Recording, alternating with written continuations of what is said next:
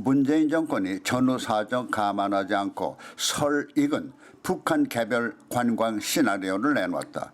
그런데 그 시나리오가 국민의 생명과 안전에는 아랑곳 않고 그저 북한에 한 푼이라도 더 퍼주겠다는 성급한 의도가 깔려 있다는 데 문제가 심각하다.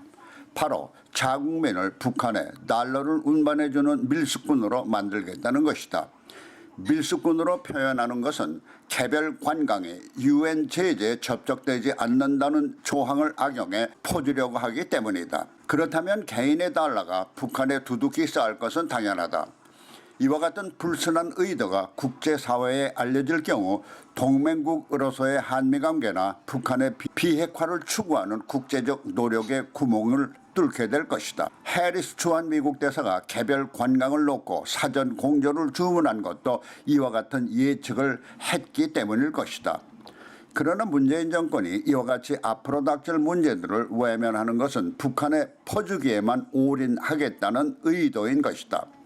그러면 정권의 욕망을 충족하기 위해 자국민을 북한 달러 운반책으로 이용할 경우 국제 문제는 말고라도 자국민에게 닥칠 수 있는 문제들은 어떨까?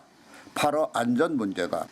지난 2008년 금강산 관광 중에 북한이 남한 관광객을 사살한 일이나 2017년 미국 대학생 원비어를 간첩으로 몰아 사망케 한 사건 등을 통해서 북한 관광은 마치 생명을 담보로 하고 모험으로 치부되는 현실에서 개별 관광객의 신변 안전 등을 위해 북한과 사전 협의와 함께 신변 안전 등에 관한 확고한 협약 등이 선행되어야 하는데도 북한은 호응은커녕 이미 남한이 개설한 금강산 관광시설마저 철거하라고 호통치는 마당에 남한이 개별 관광을 서두르는 것은 순수한 의도보다는 자국민을 이용해서 북한에 한 푼이라도 더 퍼주겠다는 불순한 의도로밖에 해석될 수 없는 것이다.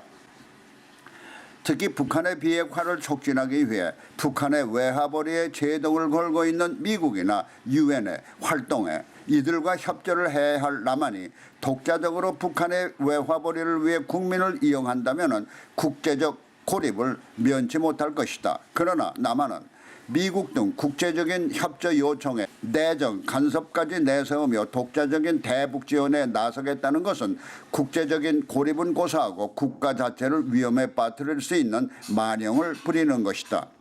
이와 같은 환경에도 불구하고 문재인 정권은 남북협력을 통한 한반도 평화라는 명분을 내세우지만은 현실적으로 성급한 것이며 국민을 달러 운반책으로 이용해서 북한에 따지 않아도 될 점수를 따겠다는 불순한 동기로 볼 수 있다. 이렇게 되면은 국제적인 고립은 물론 국민들로부터도 고립과 함께 신뢰를 잃게 될 것이다.